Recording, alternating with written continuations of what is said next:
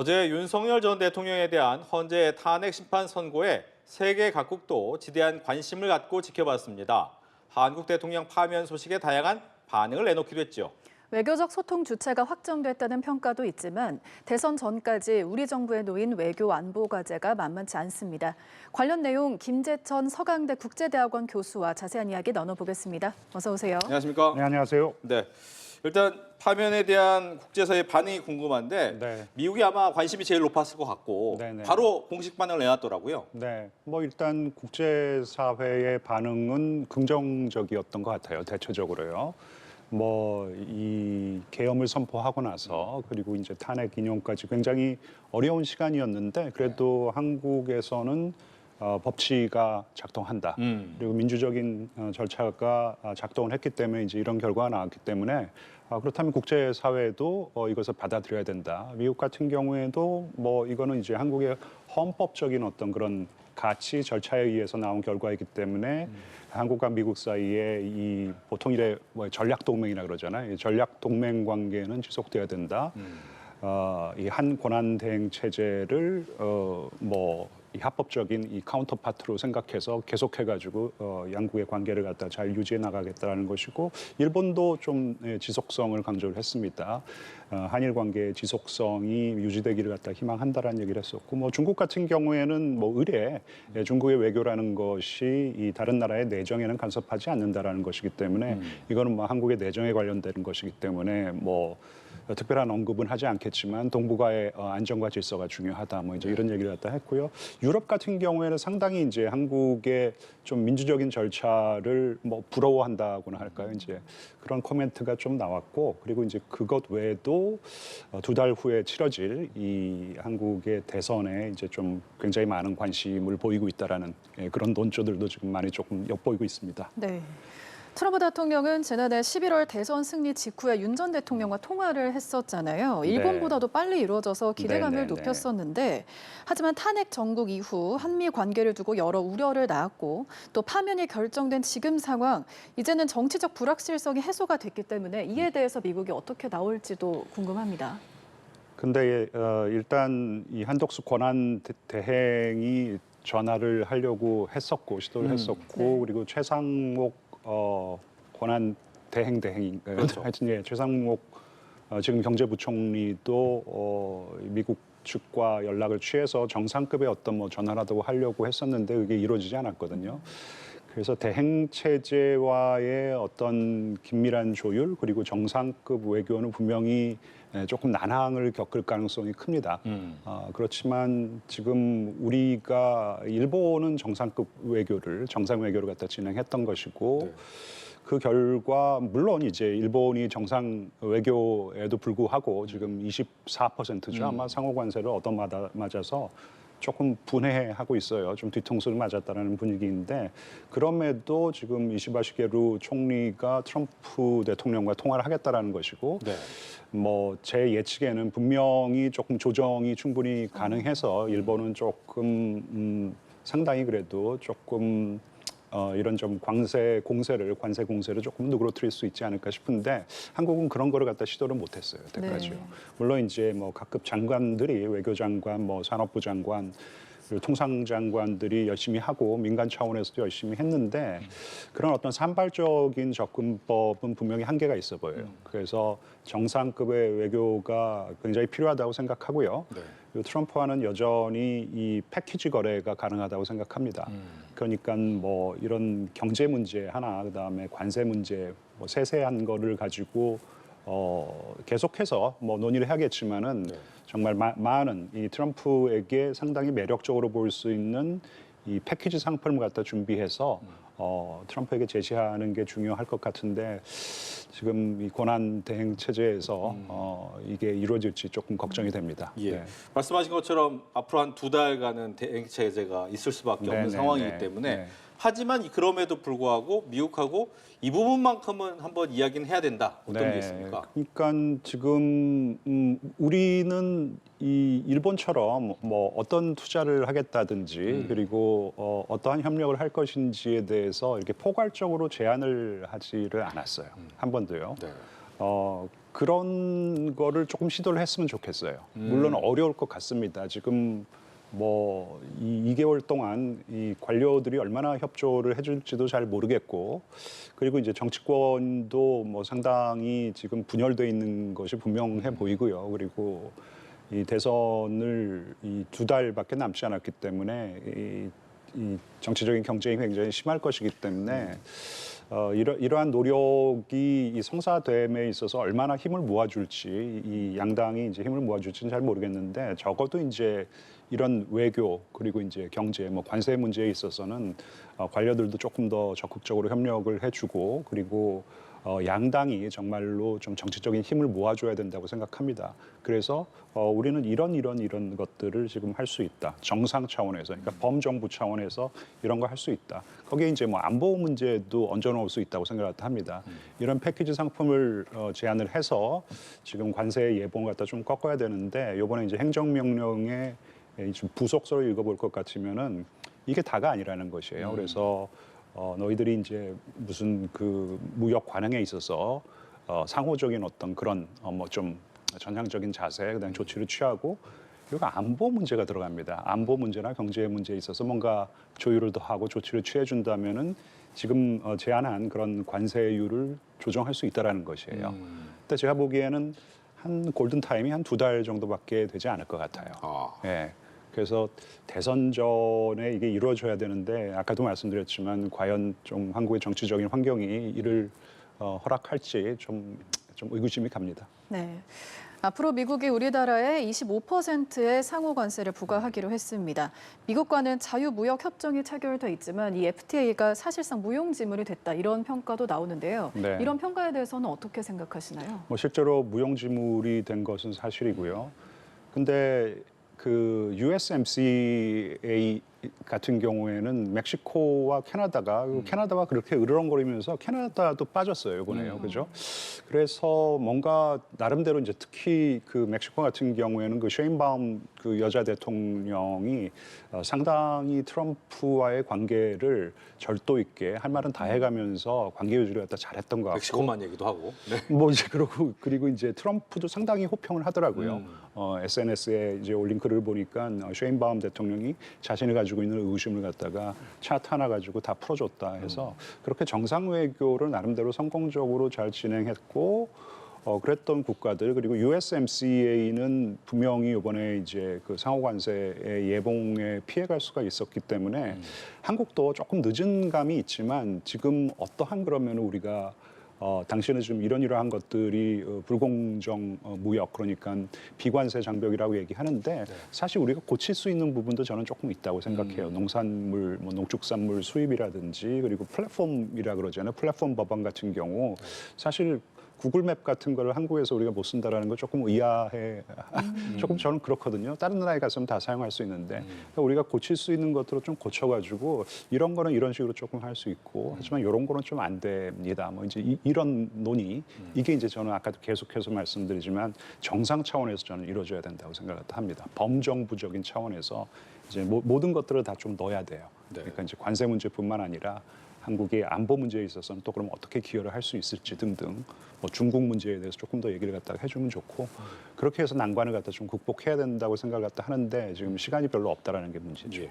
여기서 이제 추가적으로 하나만 더 질문 드리면, 이제 처음에는 25% 얘기했다가 네네. 26% 됐다가 네네. 25%를 되는 걸 보면 네네. 약간 이 계산법이 주먹구구 아니냐라는 질문도 나오면서 네네. 그만큼 또 협상의 여지가 큰 거 아니냐, 이렇게 볼 수도 있고. 뭐 그렇죠. 그거는 이제 뭐 조금 오해가 있었던 것이죠. 그 트럼프가 보여줬던 판넬에는 25%로 돼 있었고, 그리고 이제 행정명령 부속서에는 26%로 돼 있었는데, 네. 그거는 이제 조금 뭐 실수죠.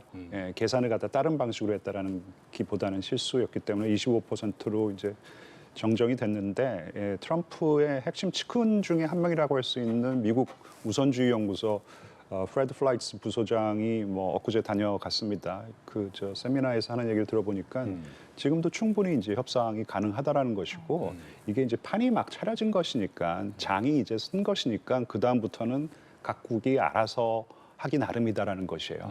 베트남 같은 경우에도 46% 맞았거든요. 이번에. 그렇죠. 예, 근데 거기 이제 공산당 서기장이 뭐 넘버원 아닙니까? 이 트럼프와 정상 통화를 했어요. 그래서 미국으로부터 수입하는 우리 저 모든 물품들 관세 거의 뭐 0%까지 내리겠다라고 했어요. 그랬더니 이제 트럼프가 좋아해가지고 그럴 경우에는 우리가 너희 나라에 때리는 관세 조정이 충분히 가능하다 그런 식으로 SNS에 올렸고 그리고 베트남 그 서기장이 공산당 서기장이 우리나라 한번 오시오 그랬더니 아 좋습니다 뭐 이렇게 이제 얘기가 되는 거거든요. 그러니까 트럼프와는 이게 돼요. 예. 그러니까 이제 그런 거를 못 하고 있는 게 너무 좀 안타깝죠. 알겠습니다. 여기 또 하나가 이제 민감 국가잖아요. 네네. 이제 공식 발효가 오늘 15일인데 일단은 뭐 해결할 수 있다라고는 하지만 네네. 발효되면 쉽지 않은 거 아닌가? 근데 이게 뭐 정말 지금 뭐 공식적인 설명이 양국 모두 이 에너지 협력에서 발생한 그러니까 뭐 민감 기술이라든지 뭐 기밀로 분류된 정보 뭐 거기에 대한 이제 프로토콜을 한국이 어겼다라는 거 아니에요. 이제 뭐 민감한 사진을 좀 찍어오고 뭐 자료도 뭐 좀 요청하고. 빼돌리고 네. 뭐 이제 이러려고 했다라는 것이면은 이 한국이 미국과 에너지 협력을 해야 되는 나라고 미국도 그걸 압니다. 근데 이제 원전 협력 같은 경우에는 한국이 협력 국가이기도 하지만 협력 대상이기도 하지만 경쟁 대상인 것도 사실이거든요. 왜냐하면 우리가 이제 원전 수출을 했을 때 이제 그 체코의 수주를 갖다 따냈었을 때 그때 웨스팅하우스가 원천 기술을 갖다 빼돌렸다 자기네들의 뭐 이제 이런 소송을 제기를 하고 뭐 그랬어요. 그렇죠. 이제 그런 것들을 감안을 갖다 하면은 이번에는 아무래도 이제 그 기술에 민감한 기술 굉장히 그 미국은 까다롭거든요. 원천 기술을 갖다 보함에 있어서 그런 거였다면은 민감 국가에 올라간 리스트에 올라간 이유가 그런 거였다면은 앞으로 그런 어떤 에너지 협력, 원전 협력을 함에 있어서 절차가 까다로워진 것이에요. 그러니까 뭐 결정적인 타격을 받았다고 생각하지는 않고요. 근데 단지 이게 이제 정말 근본적인 원인이 일각에서 주장을 하듯이 한국의 핵무장론, 한국이 뭐 핵 잠재력을 갖다 확충해야겠다, 뭐 이런 것 때문에 민간 국가 리스트에 올려놨다 그러면은 조금 문제가 복잡해지는 것은 사실이죠. 예. 네. 뭐 근데 그게 이제 양국의 공식적인 설명을 들으면은 그렇게까지 크게 걱정할 일은 아닐 거라고 저는 생각을 합니다. 주한미군의 이야기를 또 빼놓을 수 없을 것 같은데요. 최근 미국이 주한미군의 역할 변화를 추진하는 움직임이 감지되면서 안보 리스크도 부상하고 있습니다. 기존의 대북 억제 기능보다 중국 견제에 집중한 지역적 차원의 억지력으로 전환될 수 있다는 건데 네, 이에 네. 대해서 어떻게 보시나요? 그게 이제 그 미국 국방부에서 인테림 스트래티지 가이드라인이라 해가지고 죄송합니다. 네. 그러니까 지금 이런 국방 전략을 우리는 세우고 있다. 그런 가이드 지침이 나온 것인데 그게 이제 언론에 유출이 된 거예요.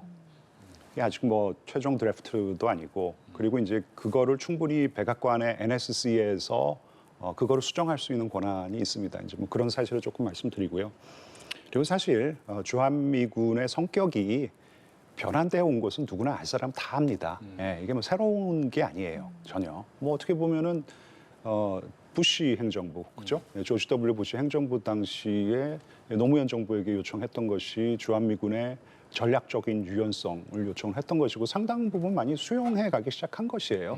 단지 그런 걸 대놓고 얘기를 갖다 하지는 않았던 것이죠. 중국 견제용이다 뭐 하면은 뭐 중국도 뭐 유쾌할 리는 없을 것이고 그래서 이거는 그렇게 가고 있는 추세라는 것이고 근데 이제 대중국 견제용이라는 것을 명시를 했었을 때 그렇다면은 이 대만 유사시에 주한미군이 개입이 되는 것이고 그러면 한국도 개입이 되는 것이에요.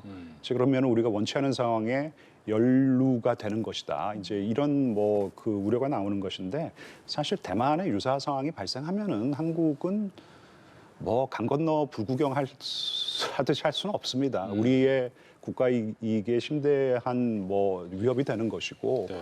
그리고 그때 그러면 한국도 뭔가를 해야겠죠. 근데 한국이 해야 되는 것은 사실 북한이 그거를 또 기회로 삼아가지고 한국에 도발을 해올 수 있기 때문에 북한 도발에 대비하는 것이 한국의 주된 역할이 저는 맞을 거라고 생각합니다. 그리고 뭐 주한미군이 몽창 다 나가는 것도 아니고 간다고 하더라도 공군력 위주로 뭐 공격력 헬리콥터라든지 뭐 F-35 뭐 전투기 이게 조금 갈 수가 있을 것이고요. 근데 우리가 이제 뭐 또 계속해서 북한의 재래식 군사 도발에 우리가 더 대비를 갖다 많이 해왔던 것 또한 사실이에요. 근데 이제 거기서 단지 하나 조금 이 미국에게 확실하게 요청을 해야 되는 것이 그러면은 재래식 군사력, 군사 도발 같은 경우 우리가 조금 더 많은 역량을 기울여서 우리가 막아낼 텐데 그러면 핵 도발 같은 경우에는 너희들이 확실하게 억제를 해주겠냐라는 것인데 네. 요즘 이제 분위기가 조금 묘하게 흘러간다라는 것이죠. 트럼프 2기가 발족하고 나서 이게 뭔가 뭐 유럽 동맹도 지금 금이 가고 있어 보이고 그러면 아시아 동맹은 괜찮은 것인지 그리고 미국의 이제 해구산 뭐 확장 억제라는 것이 과연 얼마나 효력을 발휘할 수 있는 것인지에 대한 이제 계속해서 이제 의구심이 제기되고 있는 상황이기 때문에 그 부분은 그래도 이제 미국이 확실하게 우리가 받아낼 것은 받아내야 되는 것이죠. 이제 일단 북한을 핵 보유국이라고 인정을 했습니다. 네. 그러면서 얘기를 하는 것이 이 트럼프가 이미 김정은하고도 한 번 따로 만난 적도 몇 번 있고 두 번이나 만나면서 네, 이 네. 분위기를 이어서 뭔가 둘이 얘기해 보겠다. 즉 네. 한국은 패싱하겠다. 이럴 가능성은 많지 않을까요? 저는 좀 있어 보여요, 솔직히. 예. 그 재밌는 것은 그래도 트럼프 행정부, 2기 행정부가 다시 출범하고 난 다음에 공식적으로 제가 기억하는 것만 해도 세 번을 분명히 해줬습니다. 그러니까 북한 핵에 대한 우리의 정책은 북한의 완전한 비핵화다. 그러니까 뭐 한반도의 비핵화도 아니고 북한의 완전한 비핵화라는 것을 세 번 인정을 해줬어요. 근데 그럼에도 트럼프 대통령이 이런 어떤 원칙에 얽매이지 않을 가능성은 저는 있다고 생각을 합니다. 워낙 좀 예측 불가능하고 그리고 이제 원맨 쇼를 갖다 하시는 분이기 때문에 그러면은 한국은 어떻게 해야 될 것인가? 뭐 다행스럽게도 지금 트럼프 행정부에는 친한파라 그래야 될까? 지한파들이 많이 포진돼 있어요. 뭐 알리슨 후커라든지 뭐 저희 같은 전문가들은 너무 잘 알아요. 알리슨 후커가 미 국무부 뭐 3인자로 갈 것이라는 것이고 뭐 알렉스 웡이라든지 NSC에 벌써 들어가 있고 다 원칙론자들이기 때문에 분명히 역할을 조금 할 수 있지 않을까. 지금 또 한 가지 사실은 이 트럼프 2기 행정부의 대북 정책이 전면 재검토를 시작도 안 했다라는 것이에요. 바텀업 리뷰라 그러잖아요. 보통 새 행정부가 들어서면은 이제 전면 재검토를 갖다 하는데 지금 뭐 우크라이나 전쟁 끝내야 되지 가자 상황도 뭐 어느 정도는 안정화시켜 놓고 그리고 이란과도 뭔가 새로운 어떤 핵 협상을 타결 지으려고 하는 것인데 지금 하나도 제대로 되는 게 없기 때문에 이거 먼저 해놓고 그리고 이제 대북 정책에 대한 전면 재검토가 들어갈 것이고 바이든 행정부 같은 경우에도 무려 6개월이나 걸렸습니다. 대북 정책이 나오는 데 있어서. 그래서 조금 뭐 저희가 뭐 우려는 뭐 잠깐 할 수밖에 없는 상황이고요, 솔직히. 근데 이것을 조금 예방하기 위해서는 트럼프 측근들은 뭐 그래요. 절대로 한국을 패싱할 이유는 없다. 그러니까 북한과의 의미 있는 대화를 할 때 한국과 일본, 그러니까 지역 내의 동맹국가, 특히 한국과는 분명히 협의를 하고 진행을 하겠다 그러는데 이제 그게 이제 얼마나 지켜질지. 그래서 계속해서 저희가 조금 촉각을 곤두세우고 어떠한 논의가 진행되고 있고 트럼프가 지금 어떠한 생각을 하고 있는지를 저희가 조금 좀 알아낼 수 있어야 돼요. 그렇다면 아까 말씀드렸던 그런 인사들과 뭐 공식적으로 접촉을 하는 것 외에도 뭐 트랙 1.5, 뭐 2.0을 통해 가지고 한국의 전문가들이 이제 그런 분들을 갖다가 잘 알아요. 그들을 통해 가지고 지금 트럼프가 과연 머릿속에 어떤 생각을 하고 있는지를 조금 알아내고 미리미리 조금 뭐 예방을 할 수 없겠지만 조금 대책을 내놓을 수 있도록 좀 노력을 개진해야 된다고 생각합니다. 네. 북한은 윤 전 대통령 파면 소식을 오늘 간략하게 보도했습니다. 하루가 지나서 보도한 건데요. 8년 전 박 전 대통령 때는 2시간 만에 신속 보도했었는데 이와는 좀 대비되는 모습입니다. 그 이유가 뭐라고 생각하시나요? 뭐 적대적 두 국가론이라는 거, 뭐 한국은 뭐 같은 민족이 아니고 그냥 적대적인 관계에 있는 다른 나라이기 때문에 뭐 중국도 그렇지만 북한 같은 경우는 기본적으로 뭐 내정 간섭, 그러니까 자기네들 뭐 핵무기 만들고 이러는 것이 거기에 대해서 이제 뭐라 그러는 것을 내정 간섭이라고 얘기를 갖다 하니까요, 그렇죠? 인권 문제도 그렇고.